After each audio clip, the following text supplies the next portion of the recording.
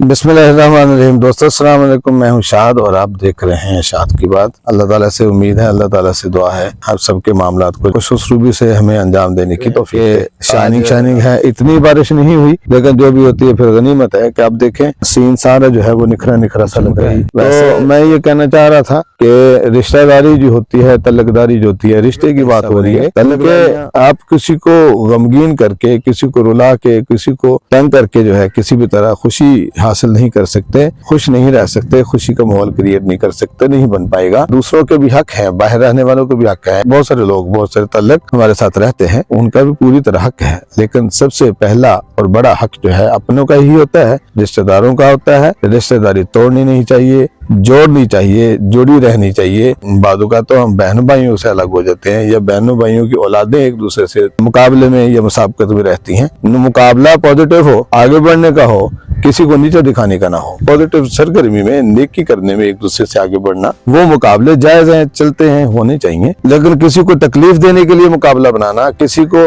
तकलीफ देने के लिए पैसा इकट्ठा करना या पैसे का इस्तेमाल करना, ये सारी चीजें जो है वो नुकसानदेह हैं। सही बुखारी की हदीस भी है, इसी तरह का मफहूम है, जो रिश्तेदारी तोड़ता है वो जन्नत में दाखिल नहीं होगा। मजहबी एथिक्स भी जो है हर तरह से जोड़ के रखने का। देखें, हमारी खानदान में पहली इकाई मियाँ बीवी का होना है, उनके अच्छे और पॉजिटिव और मुस्बत ताल्लुक अल्लाह ताला जो है हर तरह से देखता है और उसे पसंद करता है, खुश होता है जब मियाँ बीवी आपस में ताल्लुक में एक दूसरे के लिए आसूदगी पैदा करने के लिए रह रहे होते हैं। तो वही एक बुनियादी ताल्लुक ऐसा है जो हमारे दूसरे ताल्लुकात को ठीक रखता है या दूसरे ताल्लुकात को तोड़ने का बायस बनता है। तो हम जो बड़े होते हैं या हमारे वालिदान जो होते हैं वो बच्चों में कुछ फीडिंग्स करते हैं, फलां ऐसा है, फलां ऐसा है, कुछ चीजें भर देते हैं। उसके साथ नहीं बोलना, हमारा उसके साथ इस तरह का ताल्लुक है, उसको दबा के रखना है, उसको निचोड़ के रखना है। तो इसी तरह फिर औलाद से औलाद, कड़ी से कड़ी, आगे से आगे हम बात को बढ़ाते जाते हैं और वो बात बढ़ती जाती है। इससे अनरेस्ट होता है, दूसरे की जिंदगी को हम अजीरन करते हैं तो हमारी जिंदगी में भी आगे फिर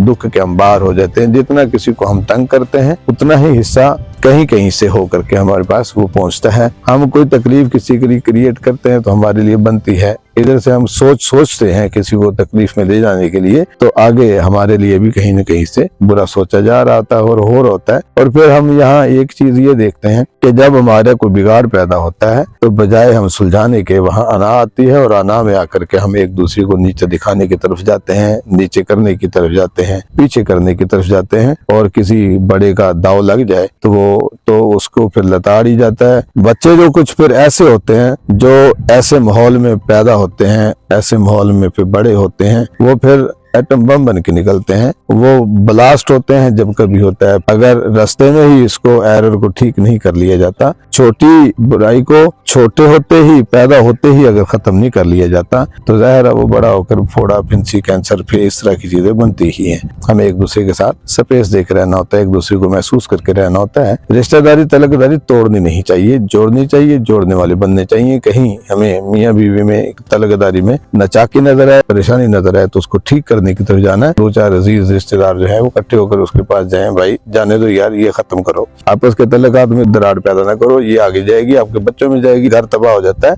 लड़ाइयों वाले घर में बेबरकती रहती है, वो आगे पनपता नहीं है, रिस्क कम होता है, फिर औलादें भी कम होती हैं, फिर बाद वक्त ऐसा सीन बनता है, आगे नस्ल नहीं चलती, रुक जाती है। जो घर जो है एक दूसरे के एहसास के साथ जीता है, आसूदगी आई है तो रिश्तेदारों को लपेट लेता है, तो उसकी जिंदगी में बरकत पड़ती है, दवाम होता है, आसूदगी बढ़ती है, चीजें बढ़ती हैं, माल बढ़ता है। और अगर कोई बंदा घुटन का शिकार है, लोगों के लिए तकलीफ का बायस बनता है, तो उसकी रिस्क में भी कमी होती है, औलाद भी कम हो जाती है, औलाद जो है वो बिगड़ भी जाती है।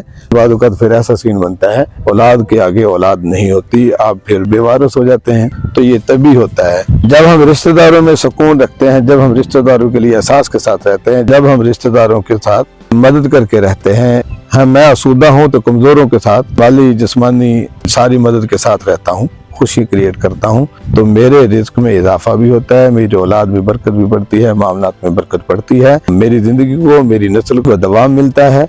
अगर मैं सारी चीजें उल्टी करता हूँ, अपनी दौलत दुख और तकलीफ बढ़ाने के लिए इस्तेमाल करता हूँ, तो मेरे आगे औलाद ना होने का चांस और औलाद में बेबरकती, रिस्क में बेबरकती होने का, औलाद के बिगड़ने का चांस पूरी तरह रहता है।